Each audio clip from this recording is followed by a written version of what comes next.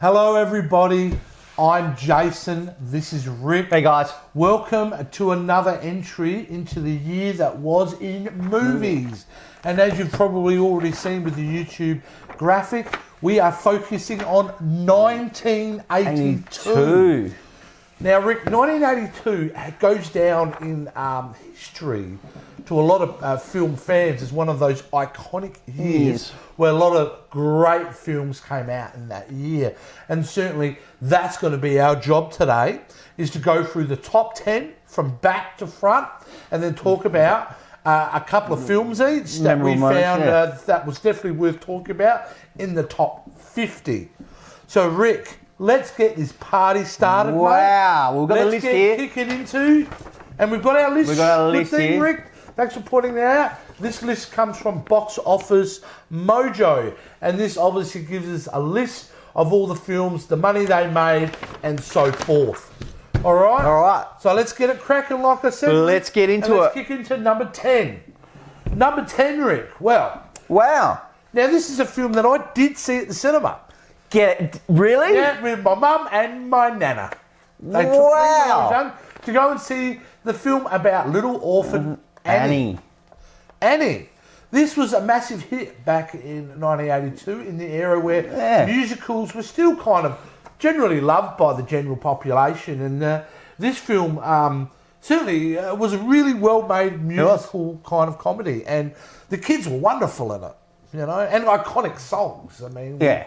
And they did that remake of it as well. And I believe Jay-Z even sampled A Hard Knock Life from it. Jamie Foxx was one of the main characters. But there you go. Well, the remake was piece of crap. It was. Yeah, absolutely. The original it was awful. It had nothing compared to the original, which was a wonderful film. And if you haven't checked it out, you know what I mean? Look, if you're into that type of thing, you're going to have a good time. If you're not, maybe just steer away and go. But, you know, it still made some decent coin. You know. It made big coin, mate. It absolutely made big coin. You know, I mean, at $57 million back in 1982, you know, that film probably would have been around the $10 million budget. So they did really well. So absolutely. You can't. Let's move on to number 9. Number 9, Rick. I can't say I went to the cinemas and saw this, but... is considered... Even though it's number 9 on the list, this movie was considered a massive flop at the time of release. At the time, two of the biggest stars in Hollywood were in this film. That's Burt Reynolds and Dolly Parton. These guys were huge. They were untouchable. And they brought out a film which I love. It is another musical too, believe it or not. Straight off the back of it is a musical comedy, but damn, it's funny. And Dom DeLuise is hilarious. That's right, Dom DeLuise as well. You know, you've got all Burt Reynolds' crew in this film, plus Dolly Parton, who's really great on screen as well. And the movie we're actually talking about is The Best Little Whorehouse in Texas. Oh, did I not mention the name? No, you didn't mention the name, Jay. Well, I've had people wondering forever, and I didn't mention the name. But yeah, it was Best Little Whorehouse. And that did well for a flop. It still made $69 million. Amazing. And I won't point out the 8-year-old pun of the Whorehouse movie making $69 million. I didn't do it. I won't stoop to that level. I wouldn't do it. Oh, 69. All right, let's move on. To number 8. Mate, number 8. Now we're really cooking here, mate. We're coming up to one of the horror classic films of all time. This film scared the shit out of a lot of people. I'm talking Poltergeist. Yeah. Did you see this in cinemas or did you... I was straight terrified. to movie? This would have been on videotape a couple of years later for me. Yeah. I mean, holy crap, that clown at the end of the bed, the TV. The little girl was epic in this movie. Oh, she was amazing. My God. Guy peeling his face off in the mirror. This stuff is amazing, you know. And legend goes, Rick, that even though Tobe Hooper, who was the director of the Chainsaw Massacre, directed this film, in fact, Steven Spielberg, who produced it, the rumour is that he actually directed most of it. Okay, yeah. So, but there you Still go. made good coin, 76 million. It made a lot, mate. It made a lot. Number 8. What's number 7 do? Number 7. You can't go in the 80s without this guy, Eddie Murphy, and one of his great movies. I love this movie. Nick Nolte, Eddie Murphy, 48 Hours. Mate, what a film. His first film His first big blockbuster starring role. Yeah. Mate. And did he knock it out of the park? Oh, did he what? I mean, the chemistry between those two how good phenomenal. was it? You know, and I think that set that It did. genre for that. That is the buddy cop. You know, the black dude, the white guy. That is literally the 80s granddaddy of that. Yeah. That's what started dead off. on, Rick. And how much did it make? 78 million. That's, mate, you're looking at big money there for a film. And it wouldn't have been a big budget movie to make. Like, really. No way. Most of it's nighttime scenes inside of bars or something like that. It would have been cheap as to make, for sure. So there you go. Brilliant stuff. Now let's pump up to number 6, Rick. Number 6, Rick, is a real interesting one, and a film I did not see at the cinema. No. Because I hated the first one. Yes. And I'm talking Star Trek II, The Wrath of Khan. Now, Star Trek, the motion picture, was slow, boring, monotonous, guaranteed to put you in sleep. 15 minutes of just shots of the ship. How boring. But the sequel, on the other hand, like I said, I saw this later, was far from it. Action-paced, this is better out of all. Incredible plot, great performances, one of the great science fiction sequels. And in fact, Rick, it saved the franchise. If this film went down the toilet, so was Star Trek. They did an incredible job. It's probably their best film they have made in the Star Trek series. Period. Definitely. And look, it just made it, 78 million, a little bit more than 48 hours. Yeah, there you go. So, and they spent a little bit of coin on Star Trek, but still a great result because it saved that franchise and it spawned, obviously, all those sequels based on the back of how good that film was. It is a great movie. So if you haven't seen it, definitely, and you're a Star Trek fan, definitely get on it. Rick, is a great let's movie. talk number 5. Number 5. What's number 5? We have actually spoken about this movie. We've actually done an old school trailer reaction to this movie. And we're talking about Porky's. Great comedy. I mean, and it made some serious coin. Did it what? For what it was. How much did it make, Rick? $105 million. $105 million for a teen sex comedy. The reason why we had another 15, 20 versions of teen sex comedies after Porky's is because of those figures. It made a lot of money. And it made a lot of money because it was a damn good time at the movies. It was cheeky fun. And certainly highly enjoyable. I love anyone from our generation, love this movie. We would have watched this 30, 40 times. Love this movie. Easily. It is. On repeat. Yeah. Absolutely. Rick, let's move on to number 4. Number 4. I know this is one of your favourites, Jason. It's one of mine. One of my favourites. And I'm talking Rocky 3. Rocky 3 is one of those just perfectly put together films in my mind. The plot is interesting and it's an original way to handle characters, and it takes classic elements of somebody being knocked down and having to rise up again, and infuses it with like a music video style filmmaking. You've got great villain in Mr. T. Mr. T. He kicks serious ass. B.A. You've got, you've got everyone that you need in this film to be firing is firing. It's slick, it's fast, it's highly enjoyable. I fucking love Rocky 3. Rocky's a great movie. I'm not ashamed of it, and I'll scream Oh, from the no. rooftops. You look at all the Rocky movies. They're fantastic. They are brilliant. They are brilliant. They are brilliant. You need to watch these movies. And this was not a letdown in any way. Nah, I don't think... no. And it made some good coin. I mean, the boxing scenes alone, mate, in this one were brutal. It was brilliant. Absolutely fantastic. $124 million it made. $124 million. Not bad, eh? Not bad coin. And certainly, at this stage, this is the 3rd film in the franchise. And back then, Rick, sequels didn't generally always mean making more money. No. In fact, it used to mean there was a decline in profits. But no, this film did incredible. Rick, what's number 3? An Officer and a Gentleman. Officer and a Gentleman. Yeah. Mate, if I have recollections of this time, this was a film that was everywhere. It was. Everybody went and saw this saw film. It is a love story, and a love story done really, really well. Not a film that I think I've seen any more than once or twice. But Richard Gere, he's at his prime there, doing really, really well in the film. Lou Gossett Jr., he's got a great role, and he gets nominated for a Best Supporting Oscar for his role in this as well. Look, not my cup of tea. Probably Not not your mine. cup of tea. I didn't go to the movies But to see this. I didn't. It is very much. I don't like using the term chick flick because it sounds misogynistic, but it does lean towards the people with the more romantic inclination. And that's why they made some good coin out of it. 129. Yeah, absolutely. So. All right, we've cracked the top 3. What's number 2, Rick? Number 2 is Tootsie. And Dustin Hoffman in a dress. Classic. Dressed up as a lady. It's a fun movie. It is a fun movie. It's a fun movie. They do it really, really well.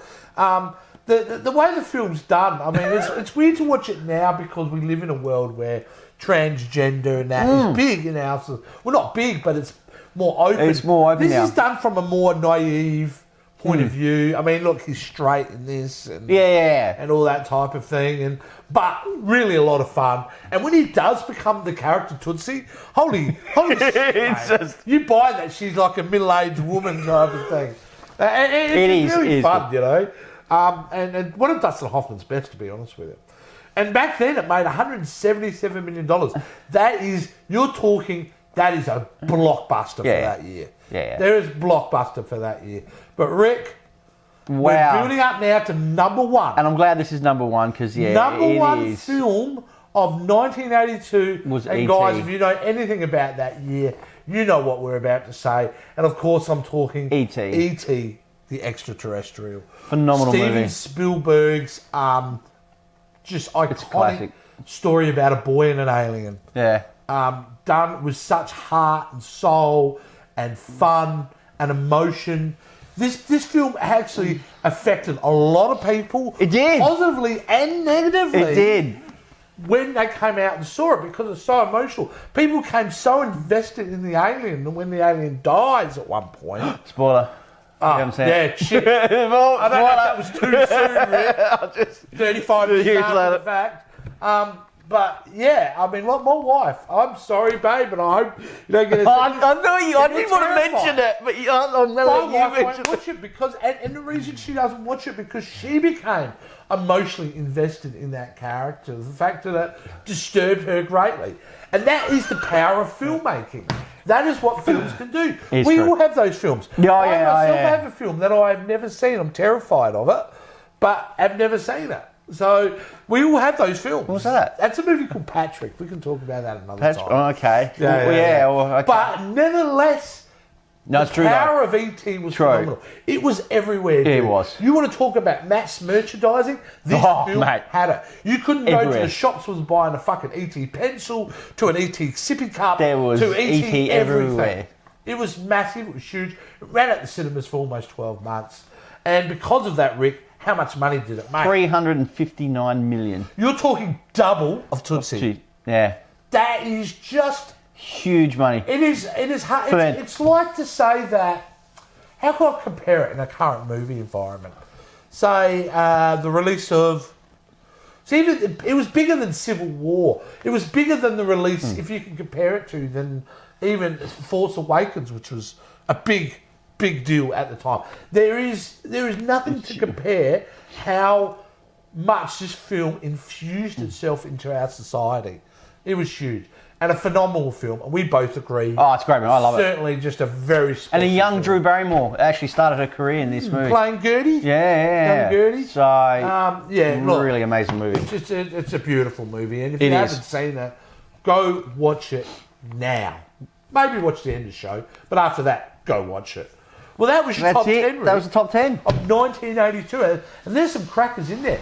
But there were a lot of other cracker movies. They were. Did not make the top 10, but was still in the top 50. And I reckon we'll do some honourable mentions. We'll do some Rick. honourable mentions, James. All right, Rick, you fire away, mate. What honourable mention have you got for me? I'm actually happy with this. I'm glad. I think it's in the right position. Number 16 for me. I absolutely love this movie. This comes off from that genre when the puppets were still around. They had Labyrinth.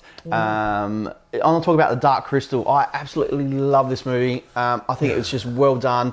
And look, I own this on Blu-ray. It is just a phenomenal movie. And if you haven't seen it, definitely get your kids to watch this movie because it is just a great movie. I love it, mate. I saw this. I absolutely love it. The Chelsea Cinema over in Kensington Road in Adelaide, and I've been a young kid, not knowing what to go in and see because you have these impressions of the Muppets and stuff at that time. That was going to be lighthearted.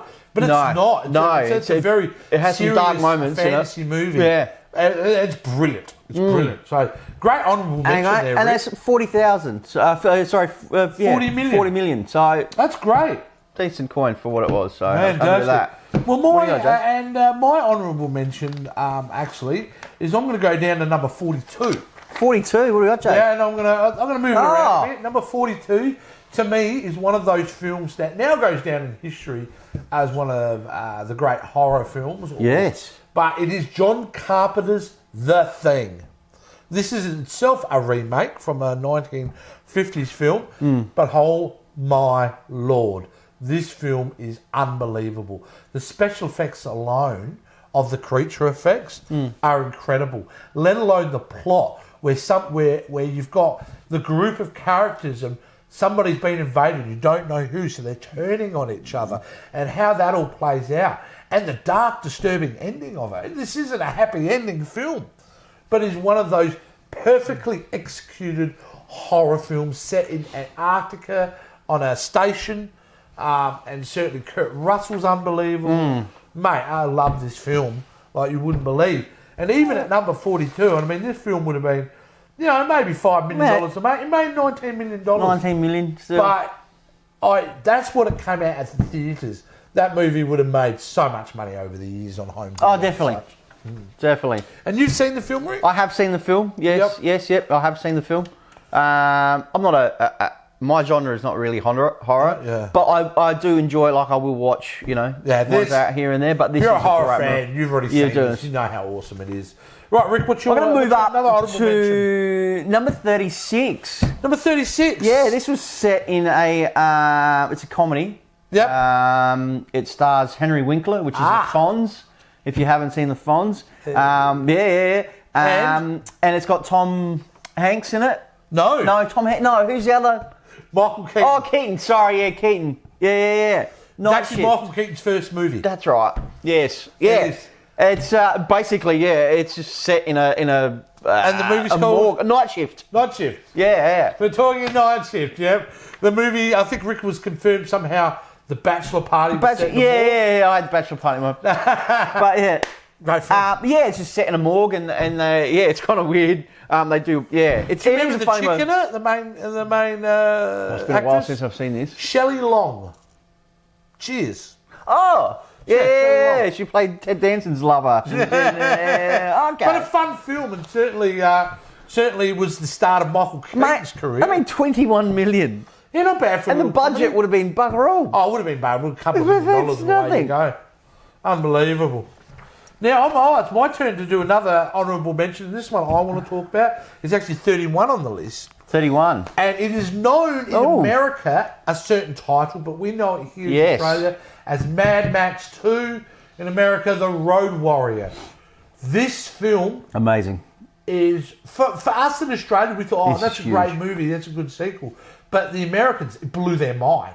Yeah. They'd never seen action scenes done like that before. And Mad Max 2 essentially is one giant long chase scene. I mean, you start off in that little petrol station kind of thing, but once it gets going from there, it is non-stop action all the way. I think Mel Gibson's fantastic in the role. All the characters are great. The villain is fantastic. Veins popping out of his head. But yeah, look, Mad Max 2, it really took that movie to the... Because Mad Max was kind of it wasn't really post-apocalyptic, was it? It was more set into a kind of gritty future. But number 2, World War III's happened. It's a nuclear holocaust. And yeah, you've got, you're scraping for fuel and everything else like that. This film is a goddamn legendary film. It is. You haven't seen The Road Warrior. And I mean, put it this way, if you love Fury Road, you'll love The Road Warrior. Yeah. And most people I know love Mad Max Fury Road. It's an absolute brilliant movie. Not bad for a little Aussie film of a couple of $20 million. 23 million. Made $23.5 million. So it's pretty good. Very, very good, Rick. Pretty good. And what's your final honourable mention? My final honourable mention, and it wouldn't be an honourable mention without mentioning an Arnold Schwarzenegger movie. Mm-hmm. And this is one of his earlier ones that kind of, he did a few other movies that kind of sparked his career, but Conan the Barbarian. How good is this? I love this movie.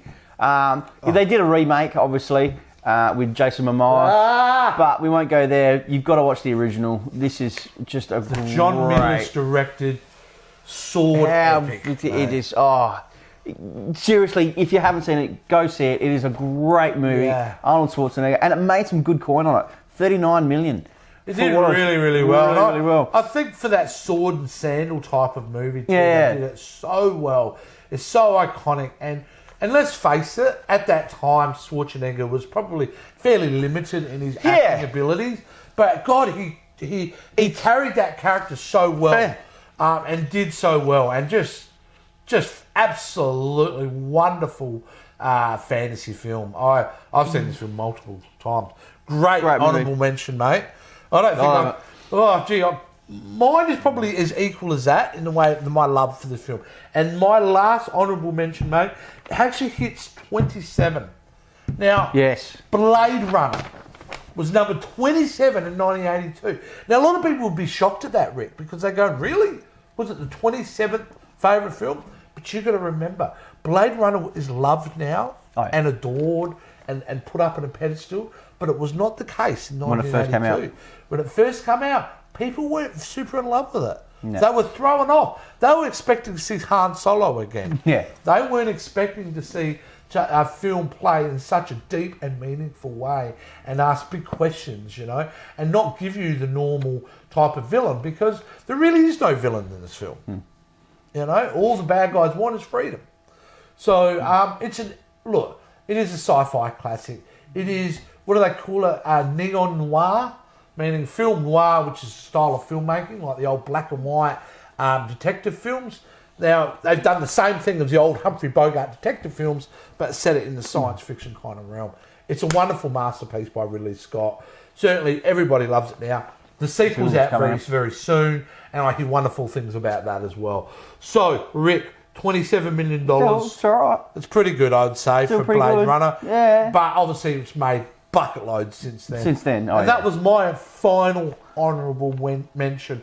Obviously, we've missed a whole lot of films on this list, which I do recommend that you get onto Box Office Mojo. Have a look at the list. There's funny stuff there to talk about. Obviously, if we spent the whole time talking about every film, we'd be here for hours, like our last show. So that's it, guys. Thank you so much for tuning in for another episode in the year that was in movies. What year will we do next time, Rick? I don't know. He doesn't know. We'll figure it out. We'll probably just spin us something, and whatever it comes out on, it comes out on. But if you have any suggestions, any recommendations of what year you want us to talk about movies, how can they do that, Rick? All you guys need to do is just give us a comment down below. Also, follow us all on our social media sites. Mm-hmm. Give us a like on our Facebook and our videos here on our YouTube channel, and also a subscribe as well. Easy as that, guys. Fantastic, guys. And until we see you next time, have a good one.